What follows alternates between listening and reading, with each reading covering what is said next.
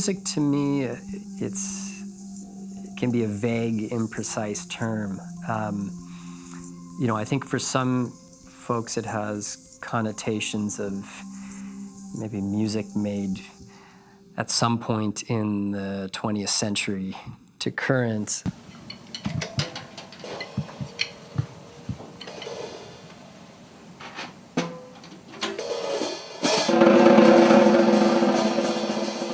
For me, I generally think about it as ways of exploring music making that are perhaps departing from established traditions and seeking new ways to organize musical thought and to structure musical ideas. I think for me, new music is really about, thinking about music in ways that maybe deviate from past practices and past traditions.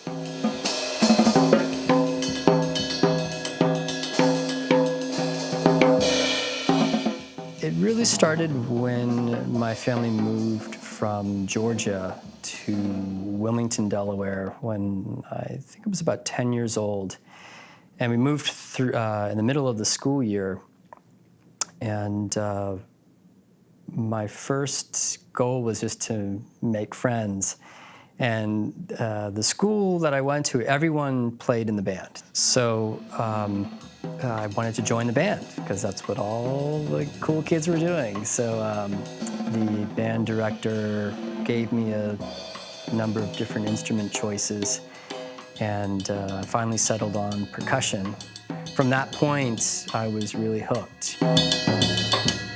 I learned to play the classical snare drum and played in marching bands, certainly all the orchestral instruments like timpani and the mallet percussion instruments, but the instrument that I always felt real affinity for was drum set. And I think a lot of the music I was listening to on my own, the percussion in it was drum sets.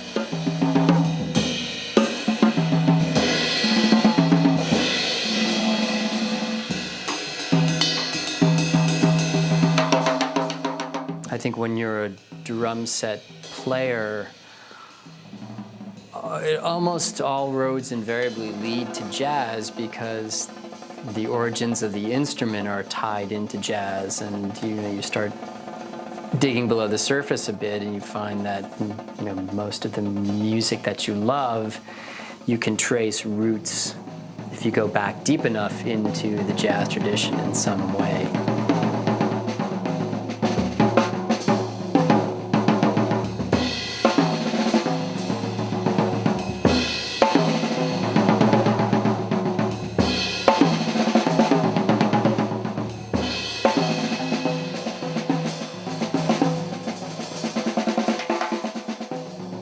If we were to actually drop cheesecloth and cover that wall with cheesecloth, and sort of, even though some of the geometry will show through, it'll give us a terminal wall.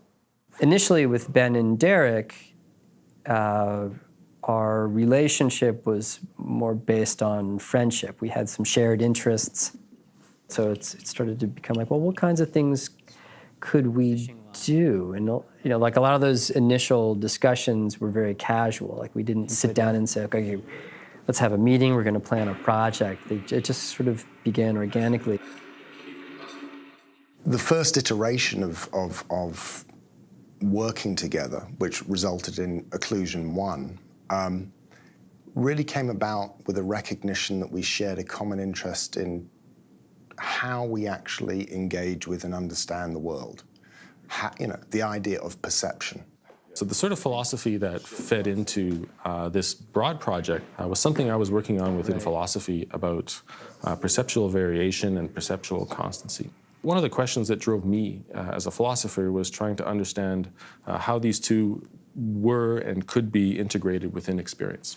How you could have a single experience that both has some stable constant aspects and some highly variable aspects, and how those two could be integrated. I'm very interested in how that informs music making, and I think the same for Ben. It's like, well, okay, how does that angle inform the visual art process and the aesthetics of it. So that to me is where it's an interesting intersection. Occlusion One is a video and audio installation. It involves projection through multiple screens onto a back screen, and it's designed as a completely immersive experience.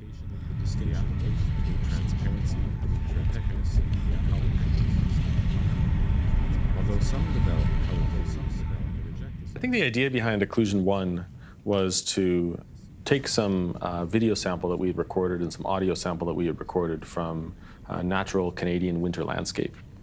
That was what we wanted to start with, and dissect it a bit, and then find ways to reintegrate those components and maybe add some new ones to it to achieve a kind of perceptual layering. My suggestion is not that experiencing something. When we're adding in these layers, I was thinking about, okay, well, what sonic layers then can correspond with that? And how does that correspond to a sense of space and or disorientation that's happening in the imagery? So initially, Occlusion One I kind of feel like is an experiment. It's kind of like a sketch, you know, for our next stage in this process.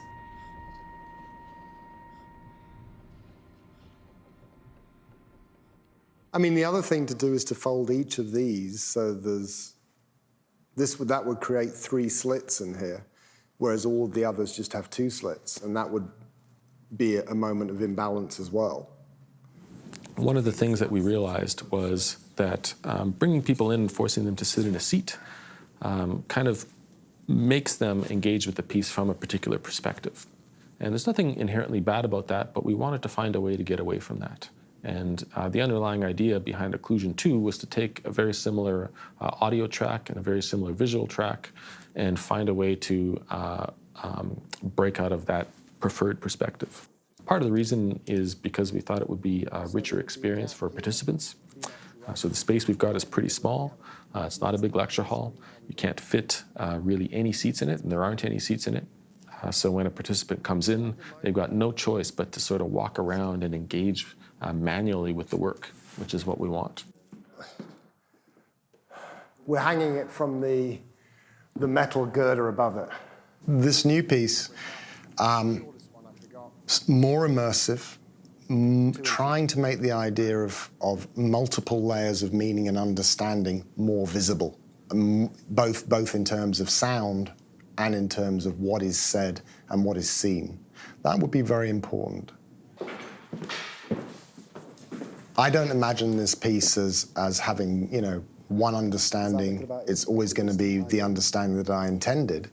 It's supposed to be more of a sort of a liminal dialogical space. It's supposed to be that point where the ocean meets the beach, and it's neither sand nor water. It's actually this occasion where you're sort of not quite sure what's happening, and you arrive at your own understanding. I think that's wide enough, I think it is. if it's well positioned. Yeah, I'm going into the art gallery here on campus, beginning to put this together, and as that's happening, thinking about, okay, now let me go into my studio, let me create this other layer that we can then add in, and so we build this organically together. The audio is made up of a combination of ambient sounds from the point of view cameras, mixed in with some recorded sounds that were done mostly with acoustic instruments in the studio. The voice in the recording are clips of Derek Brown reading from the text that's being projected in the piece. Since I'm very visually oriented in my own work, I'm trying to convey that sense of space to a listener. And I've even been thinking about that on the more the micro level in terms of my drumming. Like, how do I create a sense of space in the drums and have that be a tangible thing in the music? So that's In terms of new connection with new music, that's what I'm hoping, that this collaboration will really maybe open up a different way of thinking about organization of sound and structure to imply a certain sense of space. The piece that you're about to experience is titled Occlusion 2. It's a multimedia installation rooted in perceptual theory, resulting from an interdisciplinary collaboration between myself, Ben Davis, a visual artist, and Derek Brown, a philosopher of perception.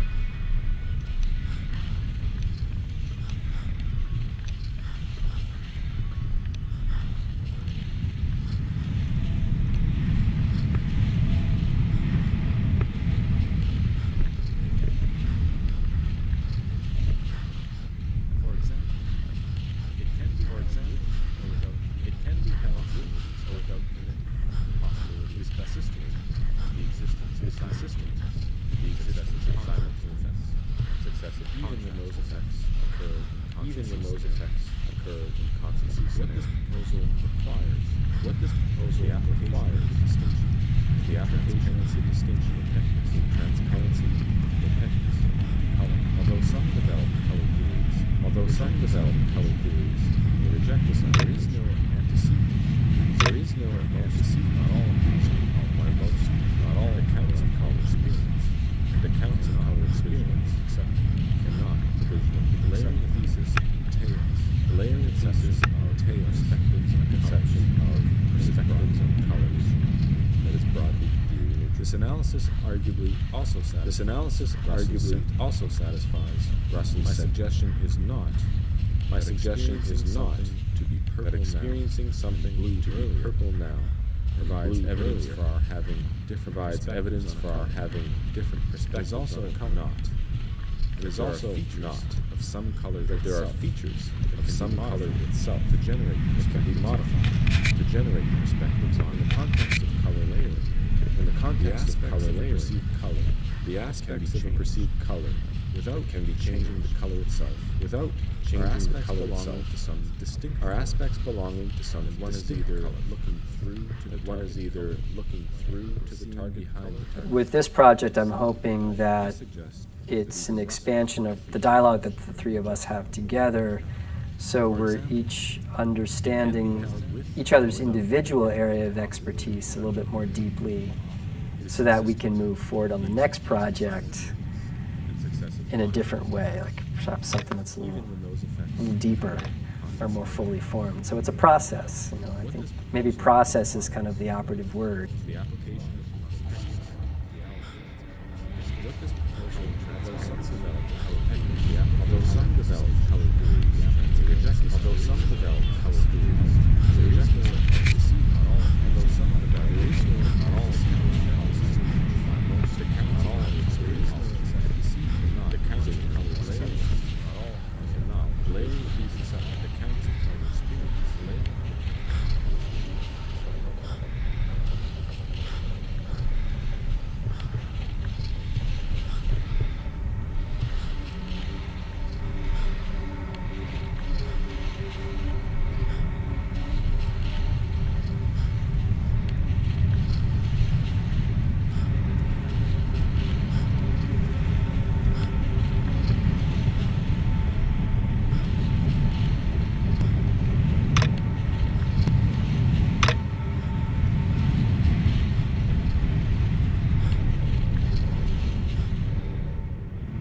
think in my own work as a musician going forth, I'll have maybe a different sense of creating space and defining space in music.